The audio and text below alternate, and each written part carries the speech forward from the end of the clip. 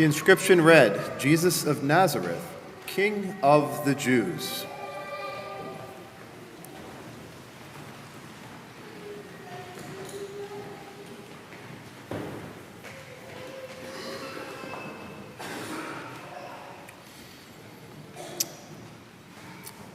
In hearing this Passion narrative, towards the beginning, as Jesus is in the Garden of Gethsemane, having crossed from Jerusalem across the Kidron Valley to the Mount of Olives, where the garden was, the people tracked him down, led by Judas. And there they said they were looking for Jesus of Nazareth. And Jesus answered to them, I am he. In the Greek, more clearly identifying those words spoken to Moses, I am. And then as the narrative says, everyone took a step back and they all fell. Can you imagine? There was no great wind coming from his breath that knocked them down. But here was Jesus who had the potential to be denied as the Son of God, as the King of the Jews. But his kingship, his glory was self-evident and made them all step back. And in ironic comedy, stepped over one another, ran into those perhaps who were behind them, and just all fell down. Had to get up and recompose themselves, and then lie to themselves once again. This just must be a no one, in order to apprehend him. But again, that glory, which in the deceitfulness of humanity was deniable, the glory of our Lord could not be denied to Pilate, who did everything he could to try to avoid crucifying this man, which is why he had Jesus flogged and dressed and mocked to say, this is punishment enough, I'm done. We don't need to crucify, I am not crucifying this man. But of course, with one voice practically, they said, no, our law, he said he's the Son of God. That's offends our law. You must crucify him. So Jesus brings him back into his chamber and says, who are you?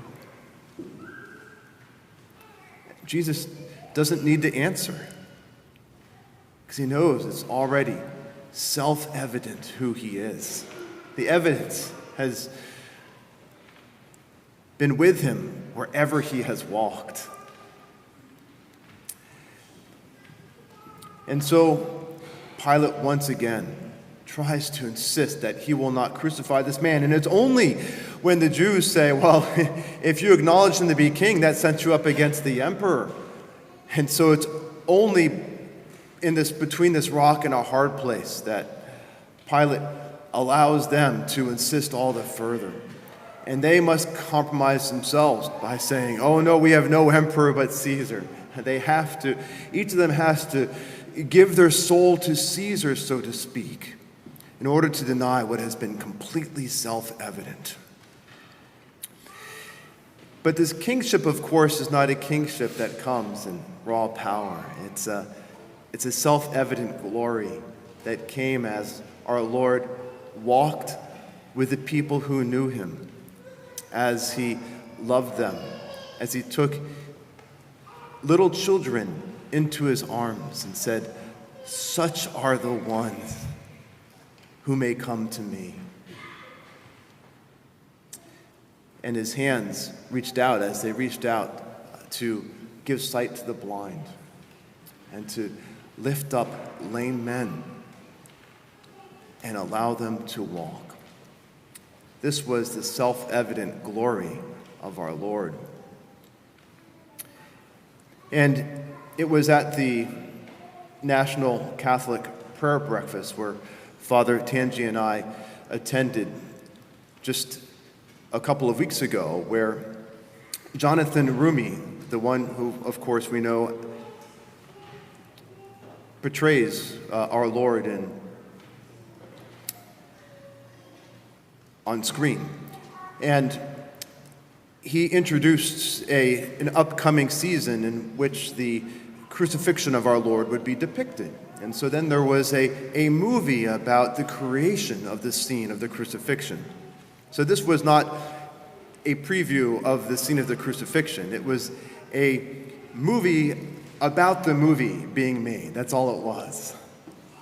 But then came the scene with still cameras in view, directors and assistants moving all about, where you see through the commotion a Roman soldier, burly man, lifting up a mallet and driving it into Jesus' hand, which at that point you don't see.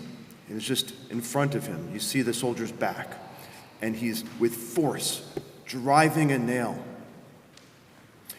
And then the scene cuts closer, perhaps the briefest cut from the actual movie, where the nail is piercing the hand. All you see is the hand. So the very hand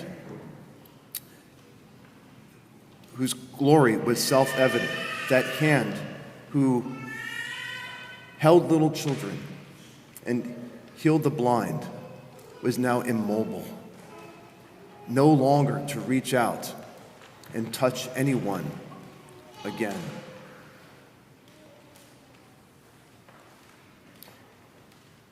Jonathan Rumi afterwards said, truly visibly moved, he said, "I am cut to the quick every time I see that clip." Can you imagine what it was like to have been present when those hands reached out and touched and healed? To see them bound and restrained, nailed, to no longer reach out again. Thinking of Mary, the other Mary, and John.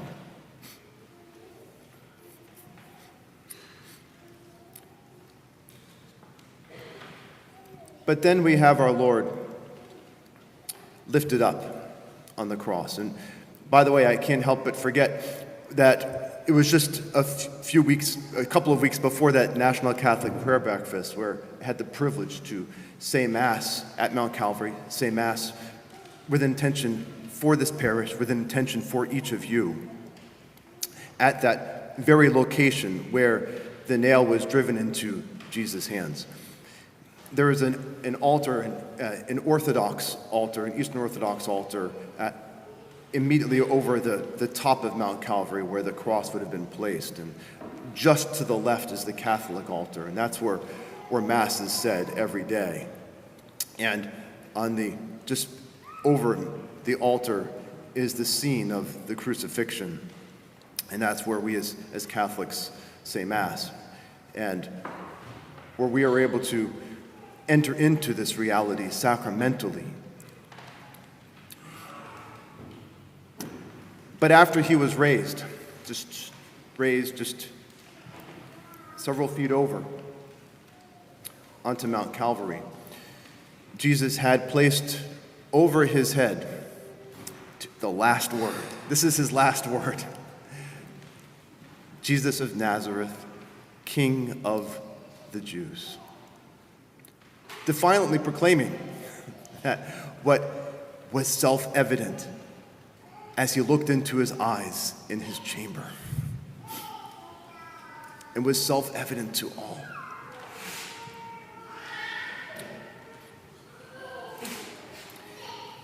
And this is how we receive him today.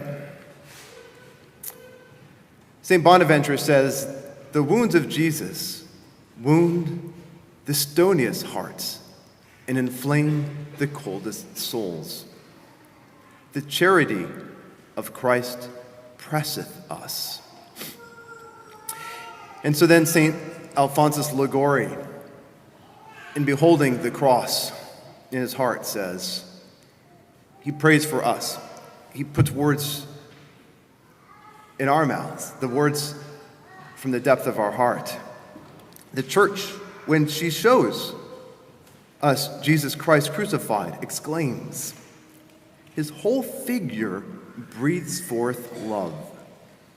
His head bowed down, his arms extended, his side opened. So the arms that were nailed to the cross to never reach out and heal again, in an irony of ironies, on the cross are extended for the entire world, for our healing, even as we see why by his stripes we are healed. And so St. Alphonsus of Liguori continues, the church cries out, behold, O man, behold thy God, who has died for thy love. See how his arms are extended to embrace thee. His head bowed down to give thee the kiss of peace. His side opened to give thee access to his heart, if thou wilt but love him. And then he concludes, assuredly I will love thee, my treasure, my love, and my all. And whom shall I love if I love not God, who has died for me? The truth of our Lord cannot be repressed. His self-evident love cannot be denied. His glory, his kingship will be proclaimed, and his hands reaching out in love cannot be stopped.